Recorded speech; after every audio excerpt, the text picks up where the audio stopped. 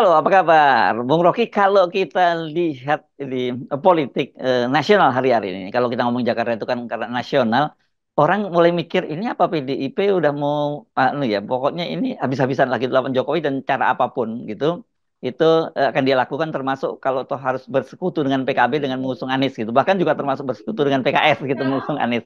Dan Hasto yang menarik itu kendati dia kelihatannya sudah jadi target dari KPK, kelihatannya dia santai saja karena saya membaca misalnya kemarin dia membuka apa kursus di sekolah di kader PDIP dan AC-nya dingin, dia bercanda nih, jangan terlalu dingin seperti di KPK dong kata dia, ini 2 jam aja nggak kuat apalagi 4 jam seperti saya. Jadi jadi buat dia kelihatannya dia nggak tertekan gitu dengan dengan ancaman dari KPK itu. PDIP tetap punya strategi dan punya taktik Hmm. untuk dapat keuntungan dari peristiwa yang sedang menimpa dia, yaitu Hasto. Hmm. Dan Hasto orang yang terlatih untuk mempermainkan narasi kan. Jadi Hmm. kelihatannya memang PDIP masih menyimpan lebih banyak kartu daripada Jokowi menyimpan kartu PDIP. Dan Ya. itu yang dicicil oleh PDIP. Nah, salah satu kartu adalah soal DKI Jakarta. Bagi PDIP, anything goes. Apapun akan dia lakukan, dia tempuh itu sebagai alat untuk memperlihatkan bahwa dia akan melawan di dalam Hmm. politik. Nah, Hmm. perlawanan terhadap Jokowi itu justru diwadahi oleh PDIP melalui gimmick tentang pencalonan Anies Baswedan. Dan itu Hmm. akan membuat Jokowi itu langkahnya apa kan?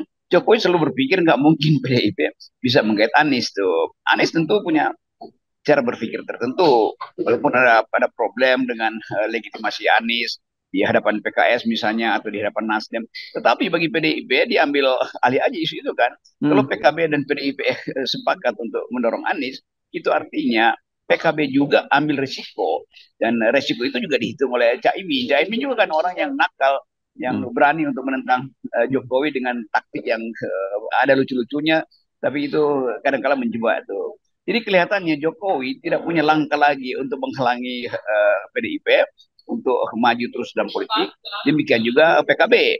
Jadi Hmm. kelihatannya dua partai ini jadi bersatu justru karena tahu bahwa Jokowi gritnya terhadap politik sudah berkurang.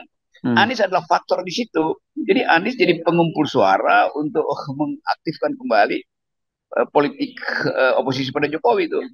Nah, PKB tentu dia nggak punya platform untuk membackup politik dia di parlemen, tetapi PKB paham bahwa politik di parlemen kalau mereka bersekutu untuk dukung Anies akan di backup oleh PDIP itu. Jadi Hmm. kira-kira kalau pun ada sprindik buat Caimin nanti itu gampang diselesaikan di Hmm.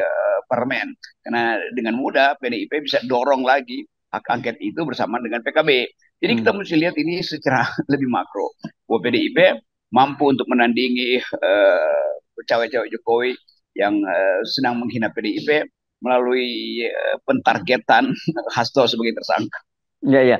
Jadi ini apa ya istilahnya kita sebutnya, PDIP siap ya ini sedang main gila gitu lah di Jakarta gitu ya, Nah, Bung. itu sudah paling paling bagus tuh. PD main gila aja tuh. Dan Ya. dia udah biasa main gila. Oke, jadi kan semua semua orang pasti apa, mulai apa nih yang mau dilakukan oleh PDIP karena satu saja beginilah, walaupun mereka itu baru mengajukan nama Anies di antara 10 calon yang diajukan oleh DPW itu, tetap saja itu sebuah hal yang tidak pernah terbayangkan sebelumnya gitu bahwa PDIP itu akan mencalonkan nama Anies. Mimpi pun kita, dalam mimpi pun kita tidak pernah terbayang itu. Apalagi kemudian sekarang meskipun dikemas dengan pernyataan bahwa ini kan baru pernyataan pribadi saya sih apa, Utut Adianto ketua fraksi yang juga wakil sekjen, dia menyatakan saya sih inginnya kader PDIP ada yang mendampingi Anies begitu, tapi kata dia ini baru pernyataan saya pribadi. Iya, bagi PDIP ya oke, ini kan ada kasus Beli, artinya kasus Hmm. yang sedang dijadikan urusan politik yaitu Hasto. Maka ujian terhadap Hasto itu adalah positioning PDIP di Jakarta kan. Kan Jakarta Ya. itu langsung jadi parameter tuh. Hmm. Kalau dia menang dan pasti menang kalau PKB dan PDIP ya, masuk di Jakarta melalui Anies itu artinya legitimasi Jokowi atau kekuatan dipreteli lagi. Maka selamatlah seluruh kasus yang di koordinir oleh Jokowi terhadap PDIP. Nah Hmm. sekarang kita ingin sebetulnya PDIP teruskan aja itu dalil kegilaan itu, termasuk Hmm. kegilaan hak angket. Jadi sekali sekali selesai. Hmm. Nah kalau itu diucapkan secara terang benderang oleh PDIP, soal PDIP menginginkan DKI itu diurus oleh orang yang tidak bisa dikendalikan oleh Jokowi. Hmm. PDIP menginginkan persoalan Jokowi itu dibuka secara konstitusional melalui hak angket. Kalau itu diucapkan, maka jelas sinyal pada Prabowo. Jadi Prabowo juga dengan gampang mungkin menganggap ya udah kami ikut apa yang diinginkan oleh PDIP supaya PDIP tidak jadi pengganggu Prabowo 10 tahun Ya. ke depan karena ini masih panjang kan. Hmm. Jadi hal-hal semacam ini dimungkinkan dan di dalam batin Jokowi dia makin lama makin terdesak. Dia merasa bahwa kemampuan dia untuk mengendalikan Prabowo berkurang, kemampuan dia untuk menekan PDIP ternyata tidak berhasil karena PDIP bisa bangkit lagi bahkan dengan mengajukan Anies. Ya, ya. Ini kan apa ya? Kalau kita perhatikan bagaimanapun juga tetap saja Jakarta ini panggung lah buat Pak Jokowi ya kan ada di situ tadi ada anaknya Gibran sebagai wakil presiden yang tadinya didorong menjadi sebagai apa koordinator untuk aglomerasi Jakarta. Kemudian ada tanda-tandanya juga Kaisang ini juga mengincar posisi sebagai gubernur di Jakarta. Dan saya kira ini pasti dibaca dengan baik oleh PDIP dan kata mungkin ini saya menduga dalam pikiran PDIP kesempatan terbaik untuk membalas dendam terhadap Jokowi ya di Pilkada DKI Jakarta ini. Ya, kita lihat Jakarta sebagai kondisi terakhir untuk mengukur daya cengkram Pak Jokowi. Dan Hmm. saya beranggapan bahwa PDIP dengan cara yang sangat pragmatis mengambil risiko supaya Mhm. tidak berselisih dengan Pak Prabowo, Mhm. maka akan dikirim sinyal pada Prabowo bahwa kami juga tidak menginginkan Prabowo itu batal sebagai atau gagal sebagai pemimpin karena dibebani oleh Jokowi. Maka biarkan kami yang hajar Jokowi, ya Pak Prabowo melenggang teruslah. Kita Hmm. bersihkan dulu beban Prabowo Hmm. atau punggung Prabowo dari apa namanya baggage yang ditaruh oleh Jokowi di situ kan. Ya kan Hmm. ini semuanya soal politik praktis tuh yang apapun yang terjadi itu anything goes ya, apapun bisa dijalankan bahkan secara sangat oportunistik.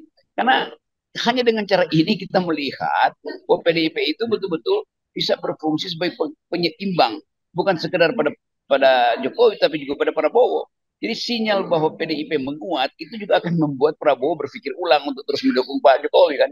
Kan Hmm. nggak mungkin Prabowo merasa nyaman kalau PDIP akan beroposisi dia di parlemen nanti itu. Nah ini yang tadi dalil kita Prabowo pada akhirnya mungkin merasa bahwa sebaiknya ikut mempercepat delegitimasi Jokowi daripada PDIP yang akan mendelegitimasi Prabowo di parlemen. Jadi ini betul-betul politik praktis saja Ya atau dan power game yang betul-betul bisa dilihat telanjang permainan kekuasaan di Jakarta. Ya, dan ini kan kita kita kita udah pastikan lah ya bahwa nanti awal pemerintahnya Pak Prabowo itu akan sangat berat ya dari sisi ekonomi ya Bung Rocky dan itu tekanannya bisa menjadi berubah tekanan politik apalagi kalau berkaitan dengan basis legitimasi. Tapi saya kira Pak Prabowo bisa merebut itu gitu yang sebenarnya bolak-balik kita sarankan untuk membuat disasosiasi ya, memutus asosiasinya Pak Prabowo dengan Pak Jokowi. Tetapi Ya. sekarang kan memang ada Gibran di situ, tetap saja bisa dilakukan itu oleh Pak Prabowo. Nah ini ya, orang selalu banyak berharap Pak Prabowo mudah-mudahan sekarang sedang kalau dalam bahasa apa agamanya orang Syiah itu bertakiyah gitu, Bung Rocky ya berpura-pura gitu ya, atau, atau menyembunyikan niat sesungguhnya gitu dan dia menunggu sampai pelantikan. Masih banyak yang berharap begitu, walaupun banyak sekali orang yang kemudian kecewa melihat pernyataan-pernyataannya Pak Prabowo. Paling nggak Prabowo kasih sinyal bahwa dia tidak menghalangi Anies, kira-kira gitu. Walaupun kemarin ada konflik di tingkat presiden.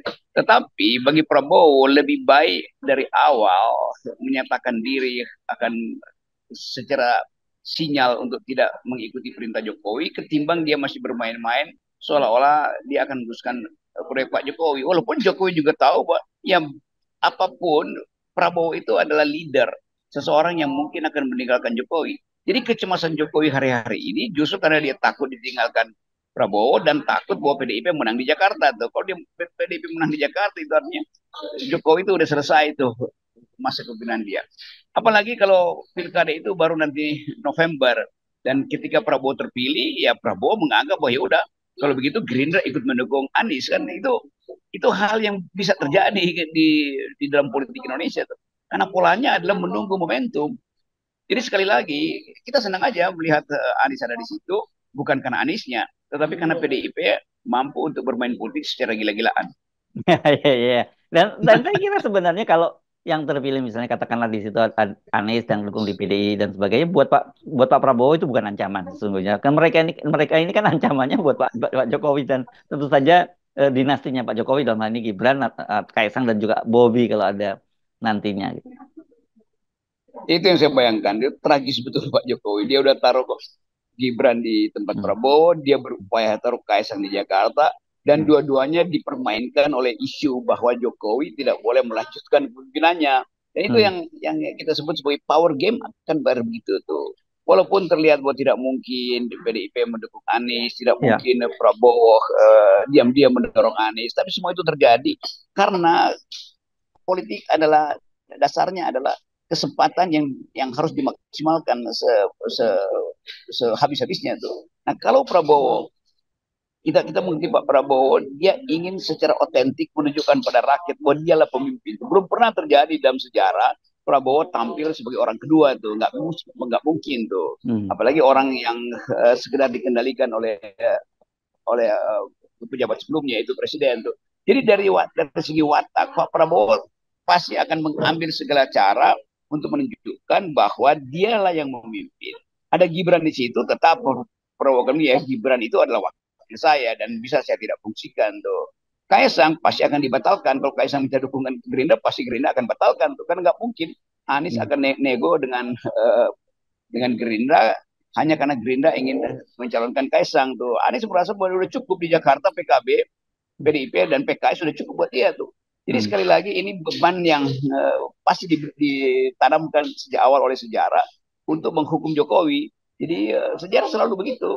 Ada kemampuan manusia-manusia yang berakal sehat untuk mempermainkan politik akal buruk dari Jokowi, kan itu intinya begitu kan. Ya. Walaupun kita tahu bahwa ini juga akal bulus dari PDIP, tetapi dalam perbandingan dia menjadi strategis karena Jokowi ingin menghalangi PDIP untuk berkuasa. Ya, ini menarik, Bung Rocky. Saya kira mengamati pilkada Jakarta ini karena setidaknya kita akan mendapat kepastian itu sampai Agustus ya, karena pendaftaran kan akan dilakukan pada bulan Agustus nanti. Masih ada waktu, jadi saya kira ini buat PDIP ini akan jadi panggung yang membuat mereka selalu mengapung di perbincangan publik dan juga sorotan media gitu. Ya, dan kita sengaja mengapungkan pembicaraan dan kita teman kasih kisi-kisi selama Ya, pembicaraan ya. Solo Jakarta. Karena kita Hmm. akan cicil sebetulnya sambil menunggu reaksi dari PDIP dan juga reaksi dari Prabowo terhadap pencalonan Anies. Dan Ya, sekali lagi, ini akan masih berlanjut panjang sampai Agustus nanti. oke. Baik, makasih Bung Rocky ya. Kita Yes. nolkan. Yes, thank you.